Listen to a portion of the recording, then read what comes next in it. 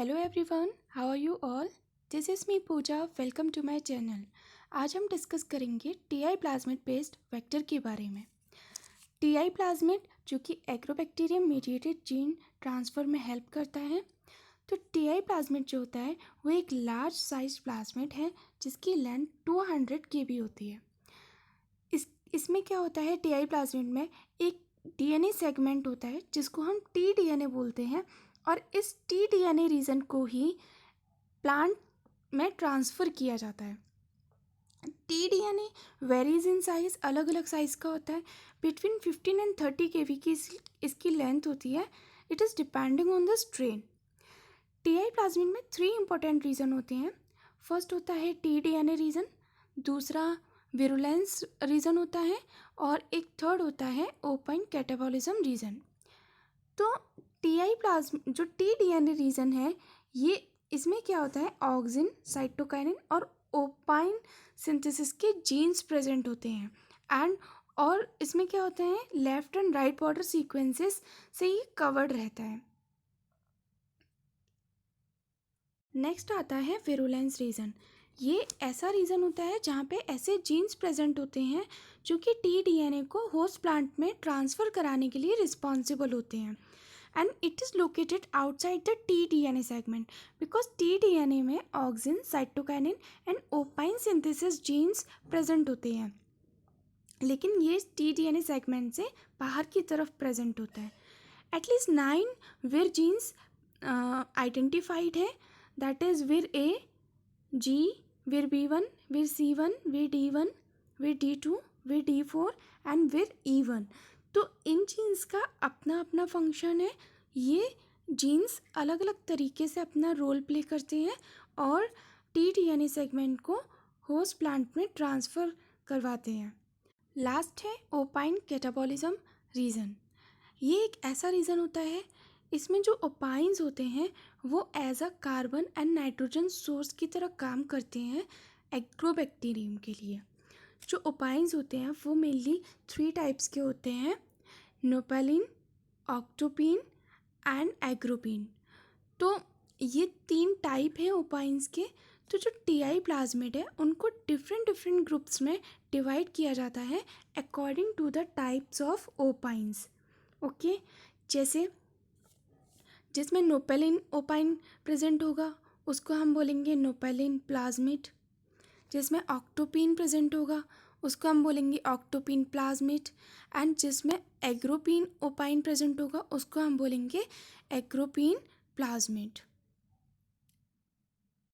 Now this is the structure of Ti plasmid. Ti plasmid में हमने 3 important reason पढ़े थे। फर्स्ट था टीडीएनए रीजन, दूसरा था विरुलेंस रीजन एंड थर्ड था ओपाइन कैटाबॉलिज्म रीजन। तो फर्स्ट आता है टीडीएनए रीजन। जो टीडीएनए रीजन है वो ये यहाँ से लेके यहाँ तक का पार्ट जो है टीडीएनए रीजन है, और यही मेन रीजन है जो होस्ट प्लांट में ट्रांसफ़र होता है। टीडीएनए रीजन में auxin, cytokinin and opine synthesis genes present होते हैं। Okay, and it is flanked by the left border and right border sequences. T DNA region की अलग अलग लेंथ होती है, 15 to 30 के भी लेंथ होती है। ओके, दूसरा रीज़न क्या पढ़ा था हमने, विरुलेंस रीज़न पढ़ा था।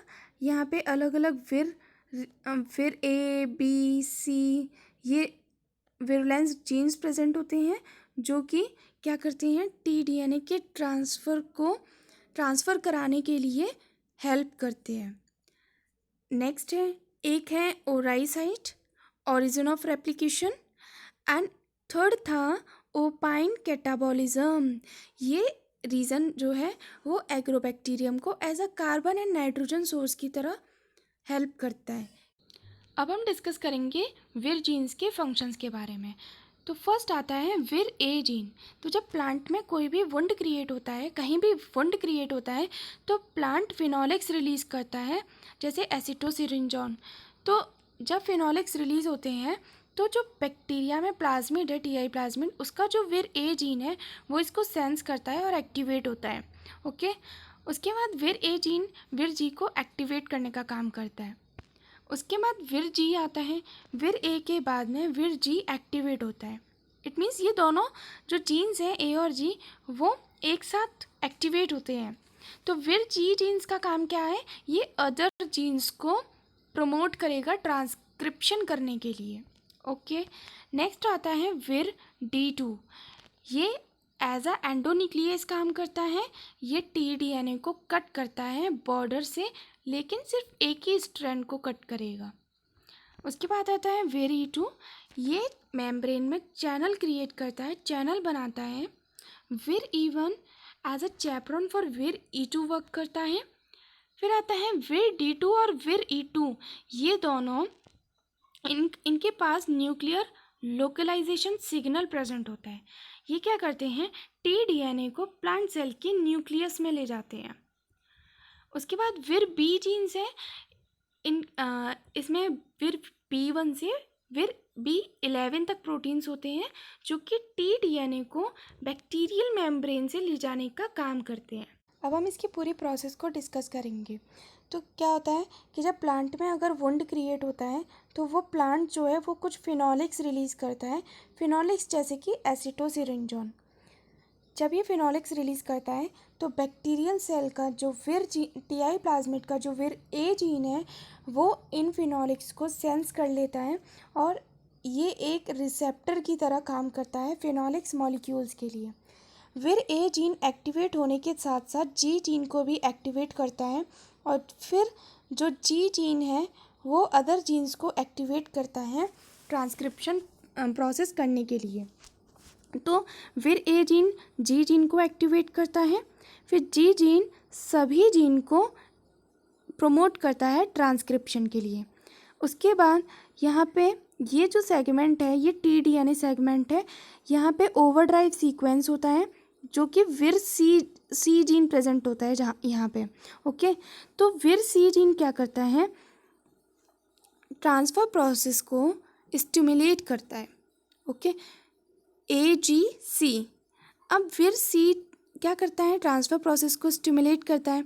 अब आता है विर D2। विर D1 एंड D2 क्या करते हैं, यहाँ पे एज अ एंडोन्यूक्लियस काम करते हैं। एज अ एंडोन्यूक्लियस काम करते हैं। ये टीडीएनए सेगमेंट को कट करते हैं। जो D2 है वो फॉस्फोडाइएस्टर बॉन्ड को कट करता है। ओके, जो विर D2 है वो फॉस्फोडाइएस्टर बॉन्ड को कट करता है और कट करने के बाद ये जो विर D2 है ये 5 प्राइम एंड पे जाकर के टीडीएनए के 5 प्राइम एंड पे जाकर के अटैच हो जाता है। ओके, और जो 5 प्राइम एंड है वो एज अ लीडिंग एंड होता है टीडीएनए कॉम्प्लेक्स का ड्यूरिंग ट्रांसफ़र। ओके, अब इसमें डबल स्ट्रैंडेड डीएनए ट्रांसफ़र नहीं होगा, यहाँ पे सिंगल स्ट्रैंडेड डीएनए ट्रांसफ़र होगा प्लांट सेल के न्यूक्लियस में। तो विर D2 जो होता है वो 5 प्राइम एंड पे जाकर के अटैच हो जाता है। ये जो उसके बाद क्या होगा, विर D2 के बाद विर E2 जीन जो होता है वो इसको न्यूक्लियस से प्रोटेक्ट करता है। जब प्लांट में कोई वुंड होगा या फिर कोई फॉरेन कोई मटेरियल आएगा तो वो उसके लिए अपनी रिस्पॉन्स तो शो करेगा, अपने आप को बचाएगा, तो वो कुछ न्यूक्लियस रिलीज़ करेगा, न्यूक्लियस एंजाइम रिलीज़ करेगा। तो ये क्या करता है, विर E2 न्यूक्लियस से बचाता है टीडीएनए को। टीडीएनए के सिंगल स्ट्रैंडेड को कौन बचाता है, विर E2 बचाता है न्यूक्लियस एंजाइम से। ओके, और क्या काम है इसका विर E2 का, ये डीएनए को प्लांट सेल न्यूक्लियस में ले जाता है। तो विर E2 क्या करता है, टीडीएनए को सिंगल स्ट्रैंडेड टीडीएनए को प्लांट सेल के न्यूक्लियस में ले जाने का भी काम करता है। तो इसके दो फंक्शन हुए कि एक तो ये टीडीएनए को अगेंस्ट न्यूक्लियसेस उसको प्रोटेक्ट कर रहा है, दूसरा कि ये डीएनए को प्लांट सेल न्यूक्लियस में ले जाने का काम कर रहा है। ठीक है, विर D2 एंड E2 इनके पास NLS होता है, that is nuclear localisation signal. ये क्या करते हैं, टीडीएनए को प्लांट सेल में ले जाते हैं। ओके, टीडीएनए को प्लांट सेल में ट्रांसफ़र कराने का काम करते हैं। इतना सब होने के बाद जो एग्रोबैक्टीरियम ट्यूमिफेशियंस है वो T4S इस सिस्टम का यूज़ करता है। टी टाइप 4 सिक्रीशन सिस्टम इसका यूज़ करता है एग्रोबैक्टीरियम ट्यूमिफेशियंस। क्यों यूज़ करता है? क्योंकि ये ट्रांसफ़र करवाता है टीडीएनए कॉम्प्लेक्स को। टीडीएनए कॉम्प्लेक्स क्या था कि जो वीर D2 था वो 5 प्राइम एंड पे अटैच था और E2 की क्या हो रखी थी, उस पर कोटिंग हो रखी थी, जो कि क्या कर रहा था, उसको न्यूक्लियस से प्रोटेक्ट करने का काम कर रहा था। तो ये टीडीएनए कॉम्प्लेक्स बन गया। इस टीडीएनए कॉम्प्लेक्स को ट्रांसफ़र कराने के लिए जो एग्रोबैक्टीरियम ट्यूमिफेशियन है वो T4SS सिस्टम का यूज़ करता है। इसमें क्या होता है, मेनली 11 to 13 कोर प्रोटीन्स होते हैं जो कि एक चैनल या पोर बनाते हैं। जैसे यहाँ पे चैनल बन रहा है, तो ये चैनल बनाते हैं जो कि उन टीडीएनए जो है उसको ट्रांसफ़र कराने में हेल्प करते हैं प्लांट सेल में। तो यहाँ पे जो जीन काम करेगा वो जीन काम करेगा विर बी जीन यहाँ काम करेगा, जो कि पोर का फॉर्मेशन करवाएगा।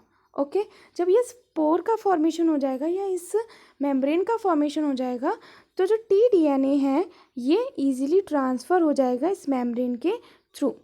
अब इसमें क्या लगा हुआ है, इसमें 5 प्राइम एंड पे तो D2 जीन लगा हुआ है और इस पर कोटिंग हो रखी है E2 की। तो अगर ये कोई न्यूक्लियस रिलीज़ भी करेगा तो E2 इसको प्रोटेक्ट करेगा। ओके, फिर उसके बाद क्या होगा कि ये प्लांट सेल के न्यूक्लियस में जो क्रोमेटिन है उससे जा कर के अटैच हो जाएगा। तो यहाँ पे जो गया था वो सिंगल स्ट्रैंडेड डीएनए गया था। यहाँ पे जाने के बाद जब प्लांट जीनोम में ये इंटीग्रेट हो जाएगा तो ये डबल स्ट्रैंडेड टीडीएनए में कन्वर्ट हो जाएगा। Okay, single stranded DNA double stranded T-DNA में कन्वर्ट हो जाएगा और वहाँ पे जाके ये ट्रांसलेट एंड ट्रांसक्राइब करेगा। तो टीडीएनए रीजन में auxin and cytokinin synthesis gene थे और प्लांट सेल भी अपना खुद का ऑक्सिन एंड साइटोकाइनिन का प्रोडक्शन करता है। तो जब दोनों जीन अपना अपना प्रोडक्शन करेंगे तो इससे क्या होगा, ओवर प्रोडक्शन होगा और ओवर प्रोडक्शन होने की वजह से प्लांट्स में क्राउन गॉल डिसीज़ कॉज हो जाती है। ओके, यहाँ पे क्या होगा, जहाँ वुंड होगा वहाँ पे क्राउन गॉल डिसीज़ कॉज हो जाएगी। ओके, एक बार फिर से हम रिवाइज कर लेते हैं। आप इसको एज अ ट्रिक भी याद कर सकते हो कि पहले कौन सा जीन एक्टिवेट हुआ फिर कौन सा जीन हुआ। जैसे सपोज कि पहले जीन कौन सा एक्टिवेट हुआ था, ए जीन एक्टिवेट हुआ था, ए के बाद हुआ था जी क्या कर रहा था, सभी जीन को एक्टिवेट कर रहा था। फिर उसके बाद किसने काम किया, सी ने, जो कि ओवरड्राइव सीक्वेंस था जो ट्रांसफ़र प्रोसेस को स्टिमुलेट कर रहा था। ओके, उसके बाद आया D2 जो है, D1 और D2 क्या करेंगे, ये टीडीएनए को कट करने का काम करेंगे और ये जो विर D2 है वो 5 प्राइम एंड पे जाकर के अटैच हो जाएगा। उसके बाद में E2 जीन आएगा। E2 जीन क्या करेगा, इसको प्रोटेक्ट करेगा न्यूक्लियस से प्रोटेक्ट करेगा, क्योंकि प्लांट्स भी कुछ अपने प्रोटेक्शन के लिए न्यूक्लियस रिलीज़ करेगा। ओके, तो इससे ये उसको प्रोटेक्ट करेगा। और ये जो विर E2 है और विर D2 है, ये दोनों इन दोनों के पास में क्या होता है, NLS होता है, न्यूक्लियर लोकलाइजेशन सिग्नल। ये टीडीएनए ट्रांसफ़र पे हेल्प करते हैं, टीडीएनए को एफिशिएंटली प्लांट जीनोम में इंटीग्रेट करवाते हैं। ओके, E2 के बाद में कौन सा जीन एक्टिवेट होगा, जो एग्रोबैक्टीरियम ट्यूमिफेशियंस है वो टाइप 4 सिक्रीशन सिस्टम का यूज़ करेगा, जिसमें विर बी जीन्स एक्टिवेट हो जाएंगे। ओके, विर बी जीन एक्टिवेट होने के बाद इसमें चैनल फॉर्म होगा, एक मेम्ब्रेन फॉर्म होगी। उसके बाद ये जो टीडीएनए है, सिंगल स्ट्रैंडेड डीएनए है, ये प्लांट सेल के न्यूक्लियस में जो प्लांट जीनोम है उसमें जाके इंटीग्रेट हो जाएगा और यहाँ पे जाकर के वो डबल स्ट्रैंडेड डीएनए बन जाएगा और उसके बाद ये ट्रांसलेट एंड ट्रांसक्राइब होगा। तो फिर ऑक्सिन एंड साइटोकाइनिन का ओवर प्रोडक्शन होगा। ओवर प्रोडक्शन होने की वजह से यहाँ पे क्राउन गॉल डिसीज़ कॉज हो जाएगी। ओके, तो इस तरीके से पूरी प्रोसेस होती है। जैसे कि इसको हम ट्रिक से कर सकते हैं कि ए के बाद जी, तो कैसे कर सकते हैं हम, ए जी सुनते हो, ए जी सुनते हो, दरवाजे पर ए जी सुनते हो दरवाजे पर एक भिखारी आया है। ए जी सुनते हो दरवाजे पर एक भिखारी आया है। ओके, तो इस तरीके से आप जीन्स को याद कर सकते हो। अगर आपको मेरा ये वीडियो पसंद आया हो तो please like share and subscribe ज़रूर कीजिए। Thank you.